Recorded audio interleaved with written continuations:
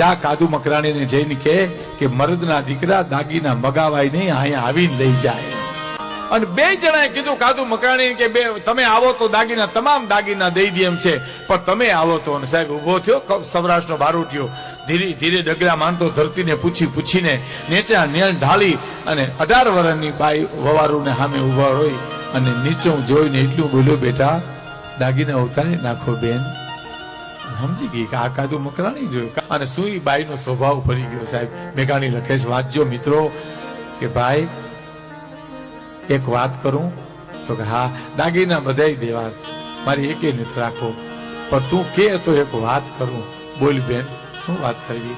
આજુ દાગીના પહેરી નીકળી મારી હાહુ મને મેણું માર્યું કે વો દાગીના ઉતારીને જાઓ, તમારો બાપ કાદુ મકરાણી લૂંટી લે છે.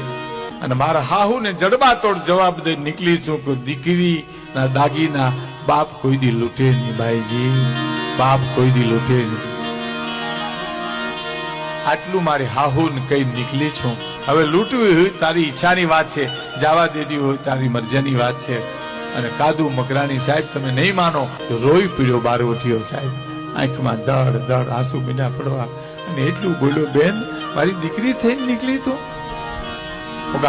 હવે લૂંટવાની વાત તો ન્યારી, પણ મારે તને કંઈક દેવું જોઈએ. પણ મારે તું મારી દીકરી બનીને નીકળી છો એટલે મારા મુર્શદને એક અંગૂઠી વીંટી મને આપી છે, એ હું તને આપું છું. તારી હાહુને કહેજે કે મારા બાપ કાદુ મકરાણીએ મને વીંટી આપી છે સાહેબ, કે દીકરી કાદુ મકરાણીની દીકરી થઈ નીકળે એને એક વીંટી જ મળે, પણ મારી પાસે કાંઈ નથી. પણ તારી હાહુને કહેજે કે મારા બાપ કાદુ મકરાણી પ્રતિજ્ઞા લીધી છે કે મારું 12 વટું હાલે ત્યાં સુધી હું વડાલના હિમાળામાં પગ નહીં મૂકું. આ મારી પ્રતિજ્ઞા છે તારા હંમેશા.